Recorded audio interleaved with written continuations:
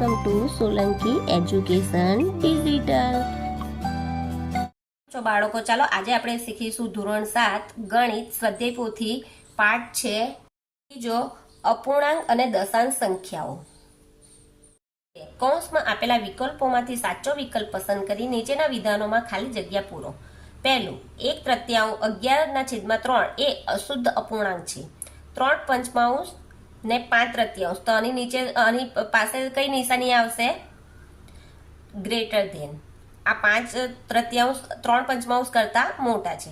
4/5 બરાબર 28/35. આ બરાબર કેવી રીતના આવ્યા? જો 4/5 4 ને કેટલા વડે ગુણ્યા તો 28 આવ્યા, તો 4 × 7 = 28, તો નીચે પણ 7 જ આવશે, એટલે 7 ચોક 28 ને 5 × 7 = 35, એટલે આ બંને સરખા છે.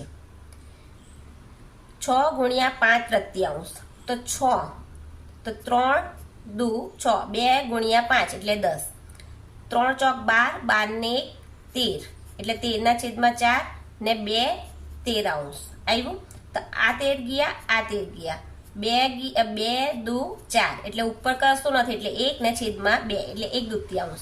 1/2 એક પૂર્ણાંક 1/2 નો 1/3 ભાગ, એટલે પહેલા તો આપણે મિશ્રણમાંથી પૂર્ણાંક કરીશું. 2 × 2, 2 ને 1 3, એટલે 3/2 એનો 1/3 ભાગ, એટલે 3 ગયા, એટલે 1/2. 12/1/3, તો 12 તો છે, 12 કઈ નથી, એટલે 1 લખીશું, ભાગ્યા 1/3. હવે આ 12/1 ને અહીંયા ગુણાકાર કરીશું, તો 3 ઉપર જશે ને 1, 12 × 36. 2.3/4 નો વ્યસ્ત. તો જો પહેલા મિશ્રણમાંથી અપૂર્ણાંક બનાવી, 4 દુ 8, 8 ને 3 કેટલા થાય? 11, 11/4. હવે એને વ્યસ્ત બનાવીશું, એટલે 4 ઉપર જશે ને 11 નીચે આવશે. હવે અહીંયા જુઓ કે અહીંયા ગુણાકાર આપ્યા, તો 9 જશે, 9 જશે, 4 જશે, 4 જશે, કશું બચ્યું નહીં, એટલે શું આવશે? 1. 4.05 ને 0.405.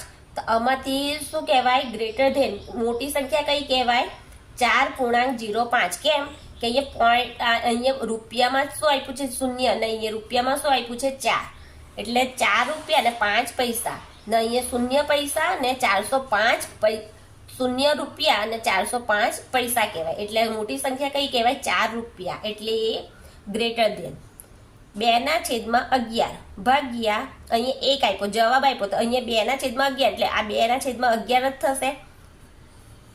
એટલે જવાબમાં શું આવશે? જો તમને નહીં સમજ પડે તો 2/11, તો અહીંયા આપણે એવો જવાબ લખીશું કે એક જ જવાબ આવવો જોઈએ. તો આનો વ્યસ્ત કરી નાખીએ, ભાગાકાર છે, એટલે 11/2. આ 2 ગયા, આ 2 ગયા, 11 ગયા, 11 ગયા, એટલે કઈ બચ્યું નહીં, એટલે શું આવ્યું? 1. હવે અહીંયા આપ્યું છે 12. 3/4 ઓછા 2/5 બરાબર. આનો જવાબ શું આવે? તો આનો લસા કેટલો આવશે? 20. તમે જોઈ લેજો કે કેવી રીતના લસા આવે છે. જો બતાવી દઉં, 4 ને 5 એનો લસા કરીએ. 2 2 4 ને 5 ને 5 રહેશે, પાછા 2 2 1 2 ને 5, અહીંયા 5, એટલે 1 1, 5 દુ 2 2, 5 દુ 10, દુ 20, એટલે લસા કેટલો આવ્યો? 20. એટલે અહીંયા 4 ને કેટલા આપીશું? 5, 5 ચોક 20, ને 5 છે તેને 4 આપીશું. એટલે અહીંયા જો 3/4, એટલે એના આપ્યા 5, એટલે ઉપર નીચે 5, તો ઉપર પર 5. 3 × 5 = 15, 4 × 5 = 20. 2/5, તો 4 દુ 8, 5 ચોક 20, એટલે 15 માંથી 8 જાય તો કેટલા રહે? 7, એટલે 7/20. હવે આપ્યું છે 4/5 ગુણ્યા 4/5, તો 4 ચોક 16, 5 × 25, 5 પૈસા. એટલે કેટલી કેવી રીતના લખાય? 5 પૈસા. તો 5 પૈસા એટલે અહીંયા 5 ને પૈસા એટલે આવી રીતના રૂપિયા 100 લખાશે નીચે, એટલે અહીંયા જવાબમાં શું આવશે? 5, 1 ને 2, 1 ને 2. હવે કશું નથી, એટલે અહીંયા પોઈન્ટ લખીને 0, એટલે 0.05. 6 ગ્રામ બરાબર કિલોગ્રામ, એટલે 6 ગ્રામ છે, તેને કિલોગ્રામમાં એટલે 1000 આવશે. હવે એનો જવાબ શું બનશે? 1 2 3, એટલે અહીંયા 3 સંખ્યા લેવાની, એટલે 6 1 2 3.0, એટલે આપણો જવાબ આવશે 0.006. હવે અહીંયા લખ્યું છે 7 ની સ્થાન કિંમત. હવે આ 7 પહેલાની કેટલી સંખ્યા છે? 3. એટલે 1, 2 ને 3 એટલે કેટલા મીંડા આવશે? 7/1000. 35.9 ગુણ્યા 10. તો અહીંયા પણ જુઓ આ 35.9 છે, તો પોઈન્ટ કાઢવા હોય તો પોઈન્ટ પછીની સંખ્યા કેટલી છે? 1. એટલે અહીંયા 9 લખ્યા, અહીંયા 10 ને પછી ગુણ્યા 10. એટલે આ 10 ગયા, આ 10 ગયા એટલે 359. 2.8 ભાગ્યા 0.7. તો અહીંયા જો 2.8 છે એટલે 28 ને પોઈન્ટ પછીની સંખ્યા કેટલી છે? 1. એટલે 10 ભાગ્યા 7/1000. અહીંયા પણ કેટલા આવશે? 10. હવે આને વ્યસ્ત કરીશું. વ્યસ્ત એટલે 28/10. અહીં ભાગાકાર છે તો અહીંયા ગુણાકાર. આ 7 કઈ ચાલ્યા જશે? નીચે. ને 10 પણ સામાં આવશે? ભાગાકાર નીચે, ભાગાકાર જ આવશે. ને 1 આપણે પોઈન્ટ નીકળ્યો છે એટલે તો 28 એકુ 28. અરે અહીંયા જોજો 7 ચોક 28 એટલે અહીંયા આવશે 4. ને અહીંયા 10 ગુણ્યા 10 એટલે કેટલા આવશે?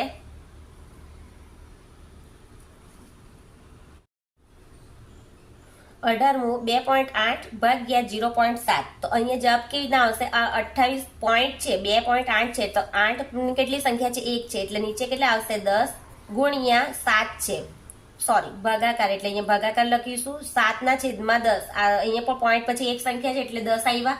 હવે અહીંયા શું કરીશું? 28/10. અહીંયા ભાગાકાર છે એટલે આપણે ગુણાકાર કરીશું. આ 10 છે તો ઉપર જશે અને 7 નીચે આવશે એટલે આ 10 ગયા, આ 10 ગયા. 7 ચોક 28 એટલે કેટલા આવ્યો જવાબ? 4. 0.2 ગુણ્યા 0.03. તો અહીંયા જવાબમાં કેવી રીતના આવશે? 2/10 ગુણ્યા 3/100. સંખ્યા કેટલી છે? 2 છે એટલે અહીંયા 2 આવશે, મીંડા આવશે એટલે થયા. હવે અહીંયા જો 2 તાલી 6 ને અહીંયા મીંડા 10 ગુણ્યા 100 એટલે કેટલા થયા? 1000. હવે પોઈન્ટ કાપીએ આપણે તો 1, 2 ને 3 એટલે અહીંયા 1, 2, 3. હવે કશું નથી એટલે પોઈન્ટ મૂકીને 0 એટલે જવાબ આવશે 0.006. હવે લખ્યું છે 0.050 કિલોગ્રામ. તો કેટલા ગ્રામ થશે? તો અહીંયા જુઓ, અહીંયા 50 લખીશું. અહીંયા સંખ્યા કેટલી છે? 1, 2, 3. 1000 ગુણ્યા કિલોગ્રામ. કિલોગ્રામ એટલે કેટલા આવે? 1000. એટલે 1000 ગયા, 1000 ગયા કેટલા આવ્યા? 50 ગ્રામ.